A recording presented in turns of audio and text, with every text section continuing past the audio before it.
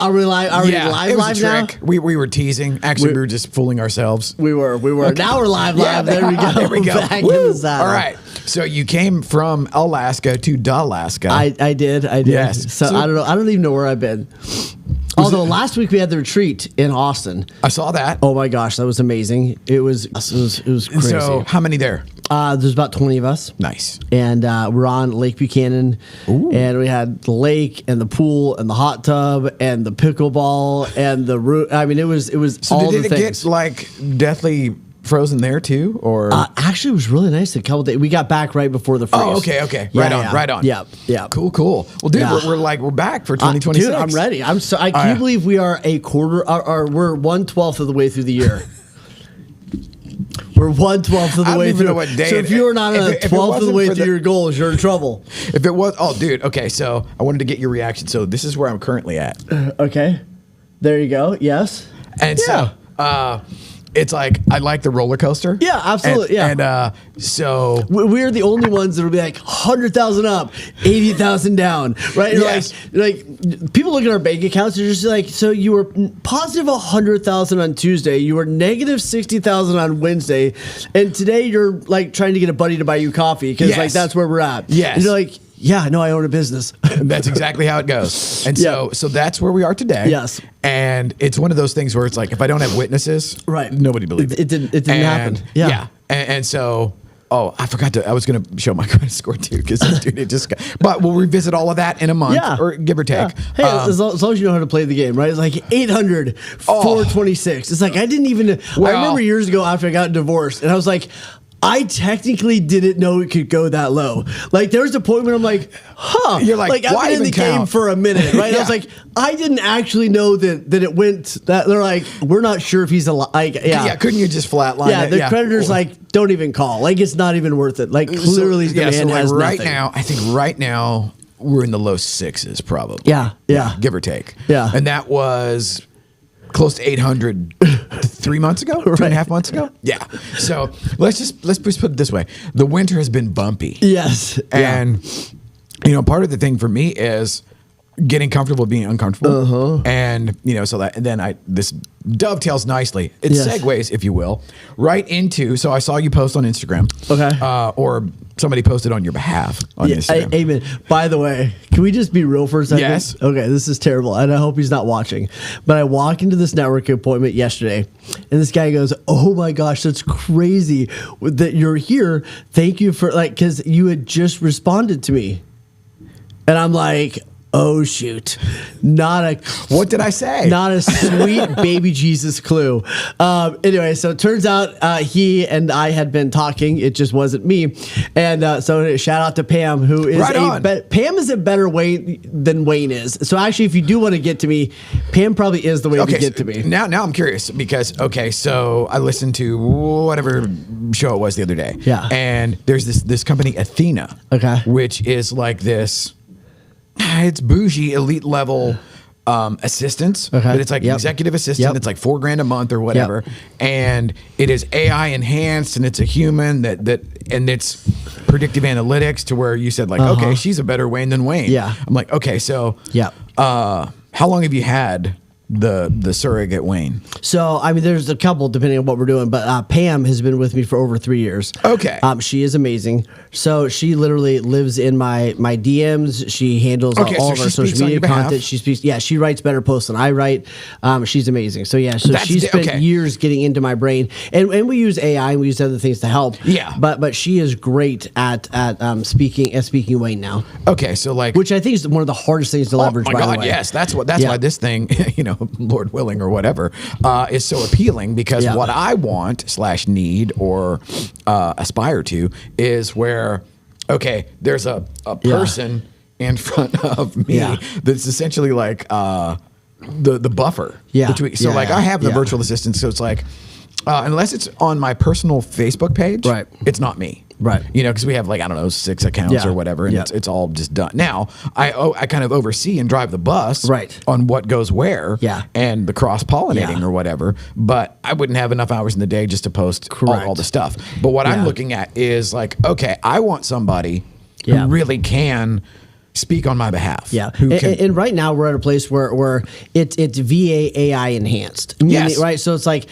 AI is. I don't believe we're at a place yet where AI can replace me in the way that I would want. Right. It doesn't know the nuances. It can't. When somebody says something weird, it doesn't know how to respond. Like it's not there. But it can't hit a curveball. But my output is 20x what it was a year ago. And the cool thing is like Pam's output is 10 times what it was years ago because of the AI enhancement and everything else.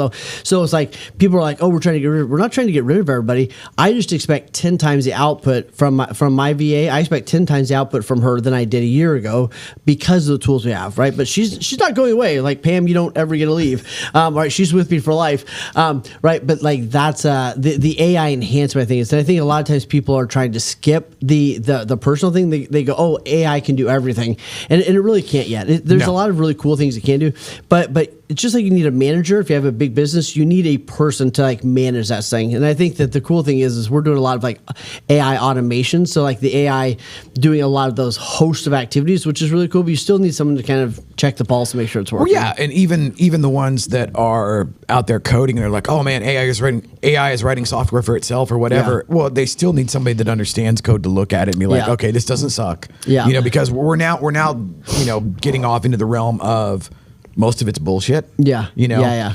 And there is the momentum is slowed. Yeah. And so like I watch the things that talk about, oh, the implementation, blah, blah, blah, whatever. Well, it's already plateaued and it's and GPT is losing money by the dump truck. Yeah, it is. It's taking truckloads. A big change. Yeah.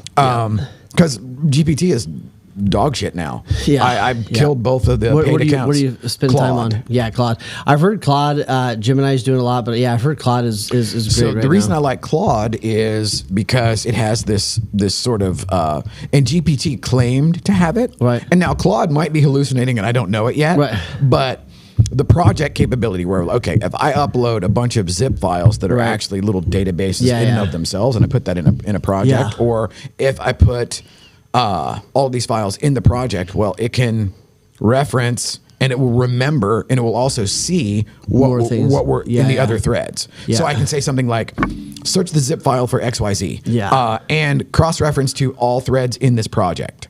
Yeah. And then boom, it will actually do that. It'll do a better job. Yeah, where GPT would lose its kind of like picks and chooses what it remembers saying. It's kind of like a forgetful uncle. It's like, oh yeah, we did. Maybe we talked about that, and then it just makes up a story like we did. We didn't actually. Yeah, you're like, no, that never happened. Yeah, no, it never happened. Yeah. So that's my current favorite, and then there's other things like Gamma or whatever.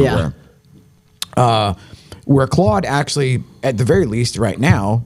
So is Gamma what you're using for pictures and things like that? So Gamma is what I'm using for like here, where I take your screenshot from Pam's post, and I'm like, ooh, I like that. So like, okay, because I'm currently, as you saw with the screenshot, I'm currently in the place where like, oh, you can't think your way out of problems that you behaved your way into. And so like, okay, that needs a pivot, but I also, because it's real and it's practical and it's actually where I'm at right now, it makes great fodder for this. Yeah. And so I take that screenshot, I throw that in, and it's like, okay, give me an outline of essentially topics or threads or things, tangents that we could go off of. Then I throw that into Gamma, which is the first thing that has actually been able, because most of the AI doesn't know what it just made. Right. Yes. So it can't, it's great. It's like, oh, give me Bigfoot riding on the Loch Ness Monster or whatever. Okay, that's awesome. So you're doing Claude in the Gamma to actually make the graphics. Yeah. And then a lot of times, so like for Teresa, whenever she does her show, well, for her show notes and for all the things that she's doing, I will take and I will run it through Otter, pull the transcript, and then I will have that. And I usually use either Notation or Claude to be like, okay, summarize this and give this as a bullet point list for somebody who was going to take and essentially talking points. Exactly. Turn a podcast into a presentation. And then now I let her drive the bus on where all of that goes. But like for me, this is probably something I will do here, in the very near future, once I have, the liquidity that should show up later this morning. That would be great. Yes. Because it's really like, dude, since you've been gone, it has been like the craziest, most ass backwards roller coaster ever. And it's so funny now where it's like, I really think I could probably live through anything, just about. Yeah. And so the gamma thing is the best one so far that will actually turn text into something useful. Yeah. And it's able to be edited. And so like here, that's nice. Yeah. Because like Notebook LM is really cool. It's doing some great stuff, but it gives you like basically a PDF version of sense. Which is like, that's cool, but I hate this one line. Right. And now I gotta like pray that it redoes the whole thing again without like, it's tougher to do. And that's the thing where like, I don't know, maybe in 18 months or whatever, it will realize like, no, make it less blue or make it, or turn that around or whatever. And thus far, no. Yeah. But the cool thing here is I throw it into the deal. The thing makes the presentation. I can go in and that's cool. For example, tweak a little bit. Yeah. I know. We're going the opposite direction. Taking me the wrong direction today. So like this, I actually had it visualize the text. That's cool. And so it creates these graphics, which obviously is very much how much it works. Yeah, no, it's so cool. And the fact that, you've said many times, and this is one of the things I put in here was the intention and reflection, where it's like, first off, you have to know what you're doing. You have to have the awareness to know what you're doing. Yeah. And then it's like, oh, that might be problematic. Yeah. Now what? Yeah. And then it's like, okay, well, historically, I would charge the machine gun nest. Right. Just go. Yes. And what's funny is at different levels of the game, that's a good idea. Yeah. Because like when you're sometimes you just need to hammer down. Yeah. And sometimes a lot of the time, really, at the beginning, you don't know what you don't know. Right. And it's like, I'm just going to blindly charge. And then if you're wired to be able to survive that, because, hey, man, some guys made it through on D-Day. Yeah. You know what I mean? Yeah. And they took the beach. So if you're wired to be able to survive that, then you get to be like, it's like, holy shit, I made it past the machine gun nest. Now what? Yeah. And that's kind of where I've been for maybe like the last year. Yeah. Where it's like, okay, then what? And then what? And then like here, so currently I'm looking at the things and I'm always curious as to where everybody else is, or when the light bulb comes on. Right. Where it's like, what got you here won't get you there. And the systematic analysis of what you're doing. So like right now, one of the things I'm doing with Claude is like, hey, here's all of the stuff going on. Yeah. And so like, for example, I'm gearing up to do, so like, hey, give me some ideas on X, Y, and Z. So one of them is, the content of the subject matter expert is the perfect blending of the AI thing. And so like over the last couple of weeks, I've been doing these interviews with like our top 25 clients. Yeah. And it's been kick ass where like, okay, they come in and a couple of them I've never even met them before. Yeah. Which is crazy because I used to be the guy that made the thing. Yes. So like everybody that was a client, I knew them personally because I went and did the thing.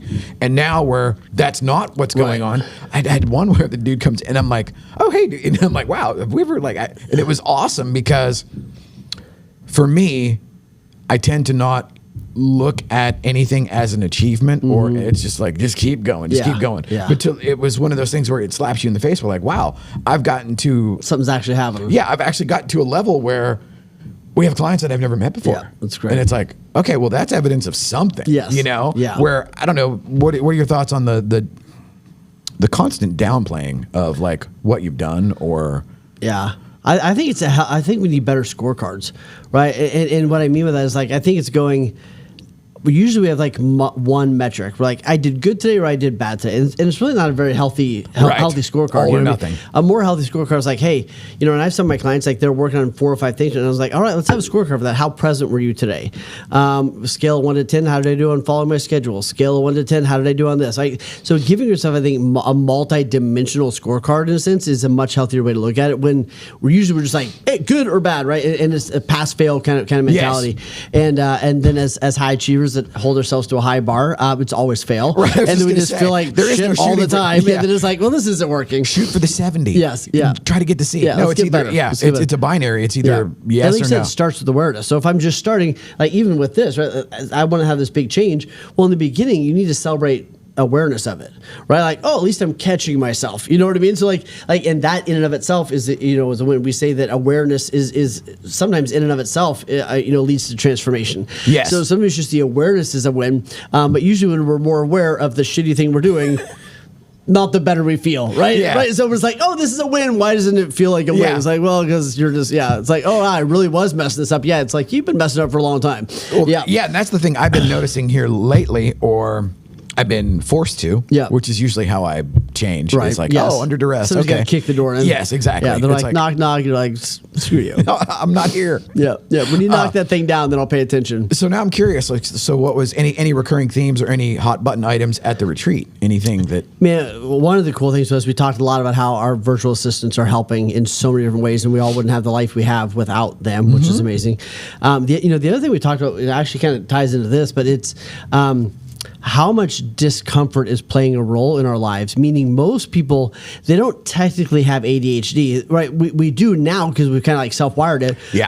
But most of our ADHD or lack of focus is actually wanting to avoid discomfort, right? Yep. So it's like, how often you sit down to do that thing you don't want to do, and you're like, oh, I should check my phone. Oh, I should change the laundry. Oh, I do need to clean all the windows on the outside of my house. You know what I mean? Whatever it is, right? Like most of like, oh, I just have ADHD. Like a lot of times, like, oh, I'm actually just feeling something I don't want to feel.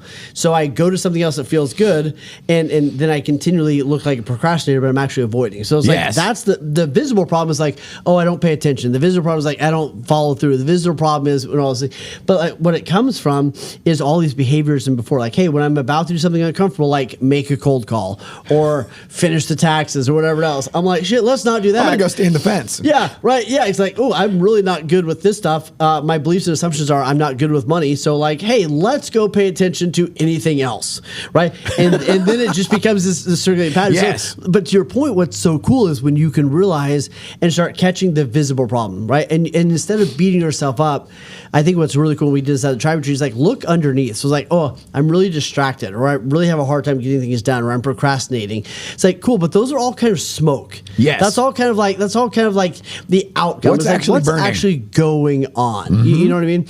And so like the fire alarm isn't the problem, but the fire alarm's going off, and it's like, why is that going off? You know what I mean? So instead of beating up the fire alarm, it's like, well, maybe there's a fire. And I think that's the cool thing. It's like going underneath, like, what's actually driving this behavior, and is this serving me?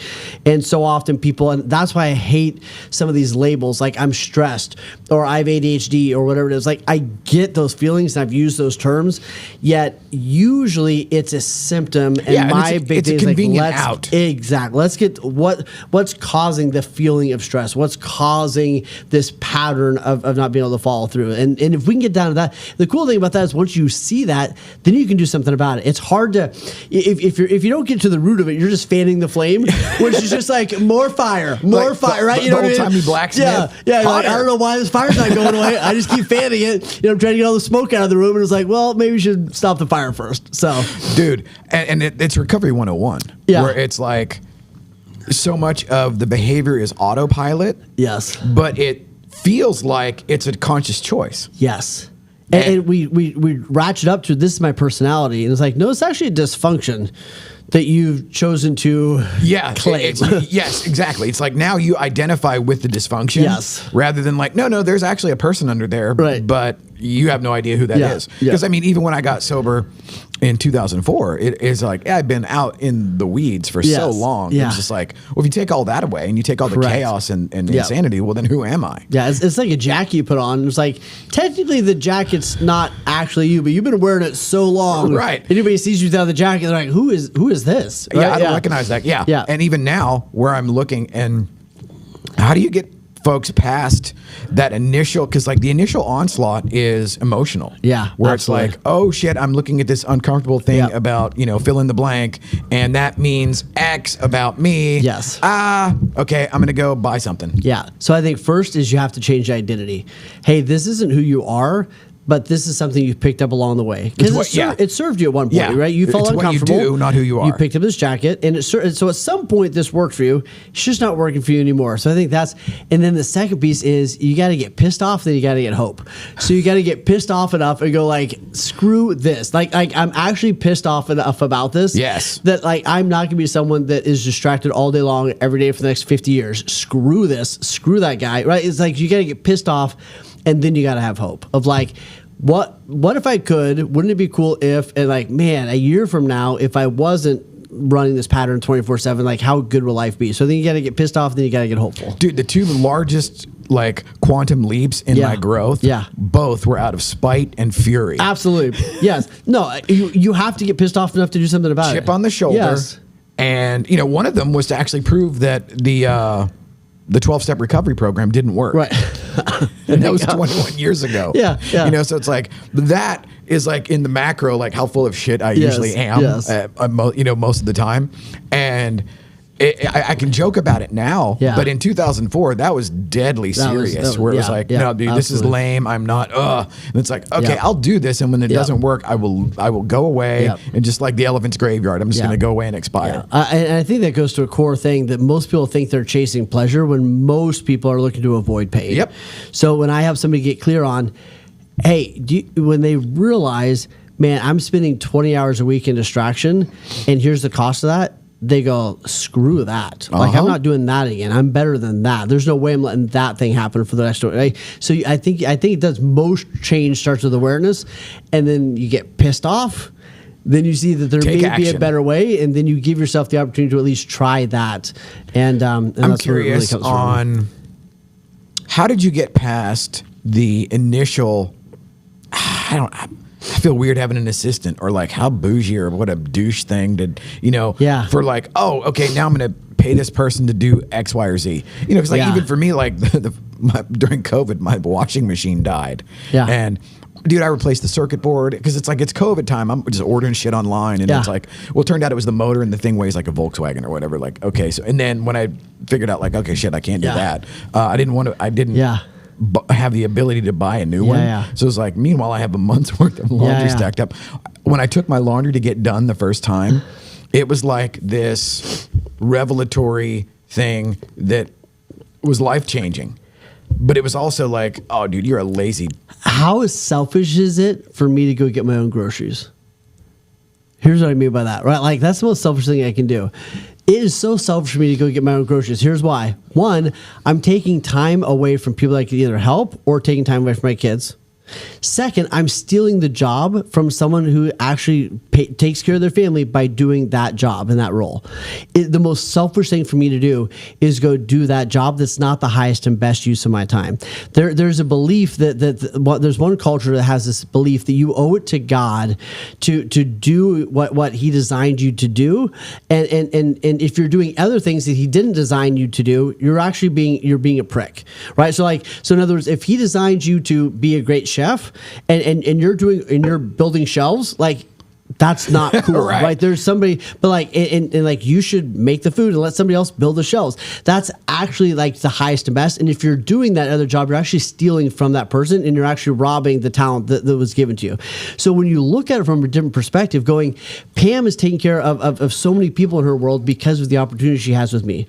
And by the way, she's better at me than me, right? You know what I mean? But like, it would be selfish of me to not let go of that and let her do that job. So I think when you reframe it of like, this is bougie, to like, wow, it's actually the most unselfish thing I could do. Well, yes, and to that, so Trang, who has been our photo editor, or my photo editor, for probably 6 years, 7 years. Now, not me exclusively, but certainly I played a part where, you know, at one point in time, she was sending me videos of her building a house for her family. Like, her generational living situation is improved and is decent because of all of the photographers that use her as an editor. And it was weird because once I got over that, but it'll still trickle down into like, okay, getting my laundry done or having the house cleaned or whatever. It's like we feel like giving somebody an opportunity to do something we don't want to do is wrong. But the reality is there's other things that they want to do that we don't want to do, and vice versa. And I think that we've got to really reframe ourselves. Like, we've been taught that that's taking advantage of people, but really that's just a stinking thinking, and we got to rewire our brain around it. Yeah, and it's weird that I would categorize certain things as acceptable. Yes. And then others are like, oh, you're just being a bougie douche. Yeah. You know? And well, there you go. Okay, I'm reframing. Yeah, there you go. There you go. Stop being so selfish. Let other people help. Right. Well, right now, help. Right as of this moment, it's problematic to. Well, yeah, absolutely, yeah. Who would like to be on the volunteer change the world crew? Yes, exactly, exactly. So yeah, or my GoFundMe. We'll be live later. Yeah. Okay, so what's next? What do you got coming up now that you're back? Man, we've got E4 and E5 this coming month, which is going to be incredible. I cannot wait for those days. And then we got coaches training in April. And man, we are balls to walls right now. Our team is building out our systems and processes to a whole new level. Our clients are winning. One of my clients texted me this morning, he just won another $30,000 a month contract. I mean, it's just like we're having a blast. Okay. Yeah, we're kicking ass. It's what do they say? Fun is more fun when you're winning. And we're winning. We're kicking some ass right now. It's really I fun. love it. And yeah, dude, we got so much going on. And, we did the KW Go launch. It's like, man, I'm just ready for winter to be over. Yeah, the ice is a little weird. Like, I think we're done. We're good with that. They could go. Yeah, dude. I'm not one of those people that bitches about the summer and the heat. You'll never hear me say that. Yeah, although here's how locked in I was. I've had a box of pictures that I've been carrying around for, a decade. I saw more. that. Yeah. Like literal, honest to God, actual printed photos. Yes. So I'm halfway through. I had organized them all, and then I had to like do this. So I'm halfway. That's how iced in I was. Yeah, I was like, I've got all the work done. The house is spotless. I've worked out. Like, there's just not a lot. I started reading books again. It was weird. And now we're getting there. What about you? Are you doing good? Well, we'll see. Yeah, like theoretically, by noon today, top of the mountain. It'll be much, theoretically, much you're taking the elevator from the bunker to the. Well, and like I said, it's like. I like the idea of like, okay, this is the story, and this is what you have to go through, and it is what it is. Yep. And like right now, it certainly could be worse. Yeah. But not much. We can finish the episode at the Plasma Donation Center. You know what I mean? But we're doing good. Yeah, really good. So we'll see how it all goes. Absolutely. But so when is the E4? E4 is February 17th. E5 is February 18th. The E5 is sold out. E4, I think we have like one spot left. And here for this next quarter, we're going to open up another one because of how cool this is. I mean, those days we limit it to 15 people. Like the ahas, the insights that come out of that is crazy cool. So it's the new evolution. It's great. Right on, dude. I love it. Yeah. Well, I'm fired up. Appreciate you, brother. Likewise.